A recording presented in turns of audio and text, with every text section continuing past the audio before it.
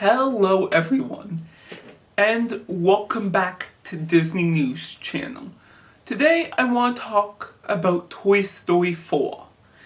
The new characters all add something different to the story. Ducky and Bunny, who are the funniest characters in the movie, play off each other in such a fun way that it's like they were made for each other. Gabby Gabby is an interesting villain that subverts everything you think you know about these movies. With her being introduced as a villain, but then on, she is just misunderstood. She also has a great ending with her getting her chance, only for her kid not to want her, but finds another kid who really needs her and loves her, in a heartwarming scene that almost makes me cry. Duke Kaboom's backstory is a little over the top and doesn't quite go deep enough to make him a great character. But his ending, however, is an exhilarating scene with him finally doing the jump that made his owner throw him out. Bo Peep is promoted to a main character, and we finally get to see more of the relationship between Woody and Bo. We get an origin scene for Bo that is pretty cute, and is based on the idea of how much Molly needed Bo before she was bought, and how she was afraid of the dark. I love how it's this scene where she's reminded of what it's like to be there for a kid that makes Bo help Woody rescue Forky. Forky and his thing about thinking he is trash is just annoying and doesn't come to a satisfying end. There is a small level of genius in Forky, in that because he was just made, he is essentially a baby, and in that way he sort of walks. Turning characters being put on the side, since they would not have much to contribute. And Buzz Lightyear joins the story, so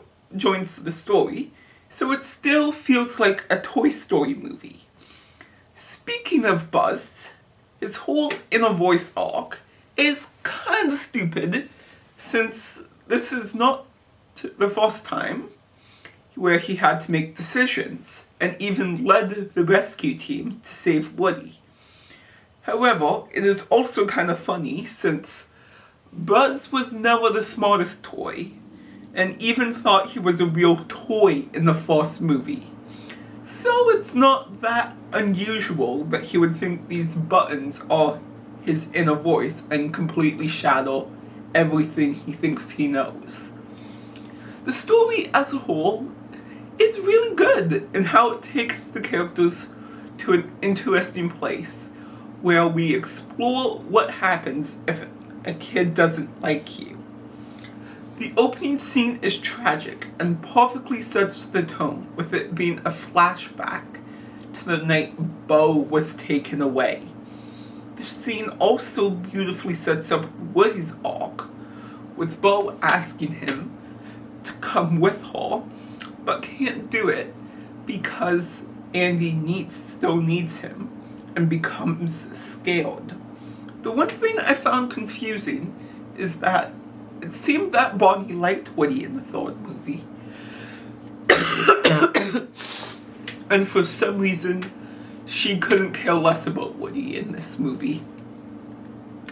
The ending is also so perfect that it's almost like they knew this ending before the first Toy Story even came out. The ending also works because of the focus on the romance between Woody and Bo, and leads to some amazing scenes, like the jump scene, where some sort of spark is returned between them. And for me, it's the scene where Woody is starting to consider leaving Bonnie for Bo. The scene then ends with the perfect callback, with Buzz saying, to infinity and woody finishing and beyond. The animation looks superb, with a perfect mix of colors and atmosphere, with each set looking completely different.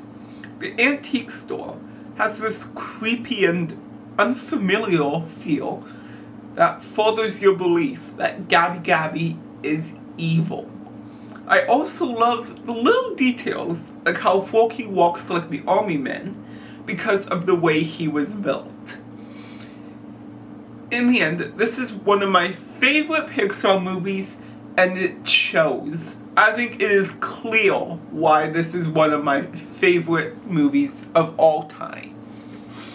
That's all for now, guys. Stay tuned for more videos coming soon. Please like and subscribe.